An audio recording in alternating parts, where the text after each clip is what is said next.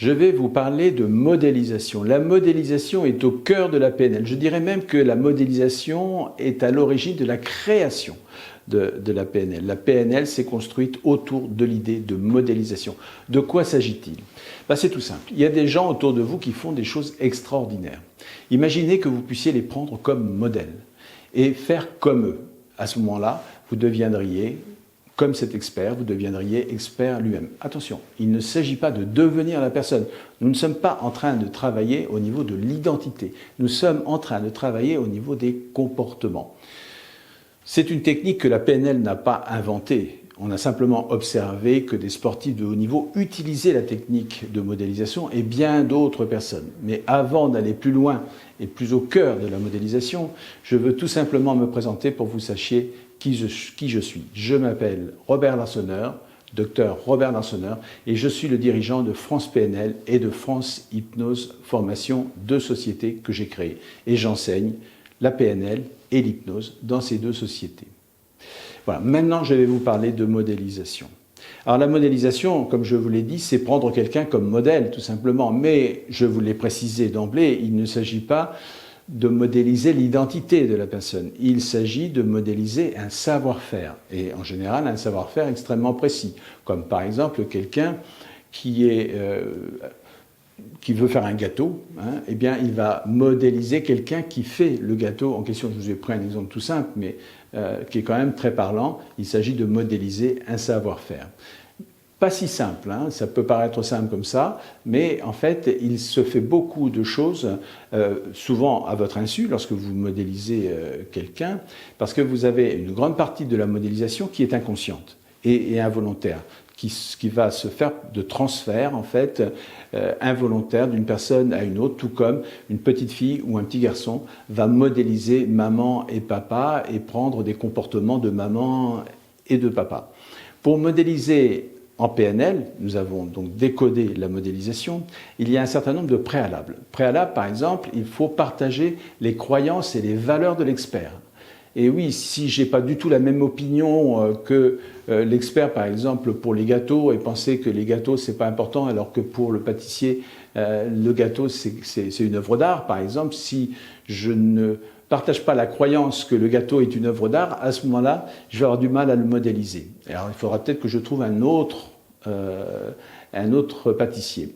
Les valeurs aussi, c'est important. Peut-être que le pâtissier qui fabrique son gâteau, sa valeur à lui, c'est de faire plaisir aux gens qui vont manger. Si vous, votre valeur, ce n'est pas ça, ce n'est pas le plaisir de donner quelque chose à quelqu'un, à ce moment-là, vous aurez du mal à le modéliser. Donc c'est un préalable, il faut vérifier les croyances, les valeurs. Bon, si c'est les valeurs, c'est rédhibitoire. Si on ne partage pas les mêmes valeurs, on ne pourra pas avancer dans la modélisation. Par contre, au niveau des croyances, on peut les modifier. Une croyance, ça change. Vous avez tous changé d'opinion sur un certain nombre de choses. Voilà. Donc, les croyances, c'est possible. Après, pour pouvoir modéliser une personne, il va falloir faire bien d'autres choses.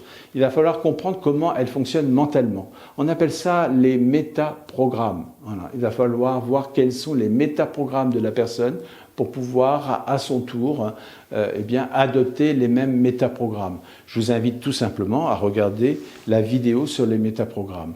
Métaprogrammes, ce sont des programmes mentaux, comme il y a des programmes informatiques, et on fonctionne avec. Alors, les métaprogrammes, il n'y a pas de bon ou de mauvais métaprogrammes. Il y a simplement des métaprogrammes qui sont adaptés à un contexte et pas à un autre. Voilà. Mais voilà.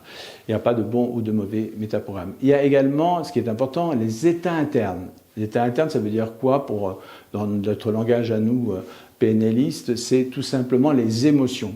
Par exemple, je vous ai parlé du pâtissier. S'il a du plaisir à faire son travail, eh bien le mot plaisir, évidemment, c'est quelque chose de très très important. Si vous n'avez pas de plaisir à le faire, eh bien vous ne pourrez pas modéliser cette personne. Il va falloir apprendre à installer le plaisir. On sait faire ça en PNL, c'est ça qui est formidable, c'est qu'on est capable de faire venir en quelque sorte du plaisir dans notre cerveau. Sachez que lorsqu'on a du plaisir, eh bien, on a production d'un neurotransmetteur qu'on appelle la dopamine.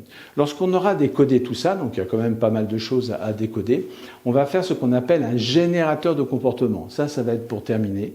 C'est-à-dire on va se mettre dans la peau de la personne, en quelque sorte, encore une fois, uniquement axé sur le savoir-faire et non pas sur l'être. On modélise un savoir-faire, on ne modélise pas une identité, voilà, on reste soi-même, simplement on apprend à faire quelque chose.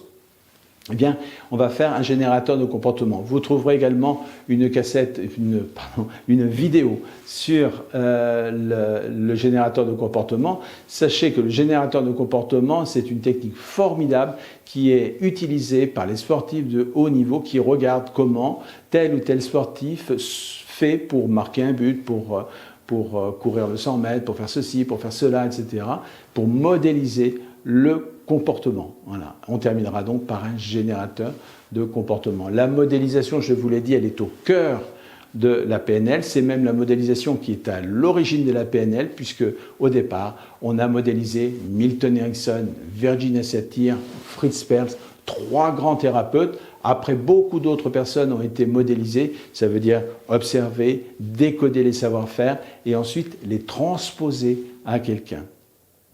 C'est ça l'idée, transposer à quelqu'un et donc pour vous acquérir de nouveaux comportements efficaces. J'espère que cette vidéo vous a plu. Si elle vous a plu, bien, ça me ferait très plaisir de voir un petit like apparaître sur le côté. Si ça vous a plu encore plus et que vous avez envie tout simplement d'être tenu informé des différentes vidéos que nous publions, et nous en publions beaucoup, eh bien je vous invite à vous abonner, comme ça vous rentrerez dans notre club. Alors si vous, le club YouTube de France PNL et de France Hypnose Formation, et si vous rentrez dans notre club, soyez les bienvenus, j'en suis ravi, je suis très heureux de vous accueillir. Peut-être trouvez-vous que cette vidéo peut être intéressante pour une autre personne. Alors vous savez, c'est très facile, en bas il y a partager, il y a un lien, vous pouvez envoyer ça de différentes manières, SMS, WhatsApp, par mail, etc. Enfin, tous les moyens qui sont à votre disposition. Partager finalement en PNL, c'est un mot qu'on aime bien. Voilà, alors, si vous décidez de regarder une autre vidéo maintenant, eh bien, je vous dis à tout de suite sur l'autre vidéo.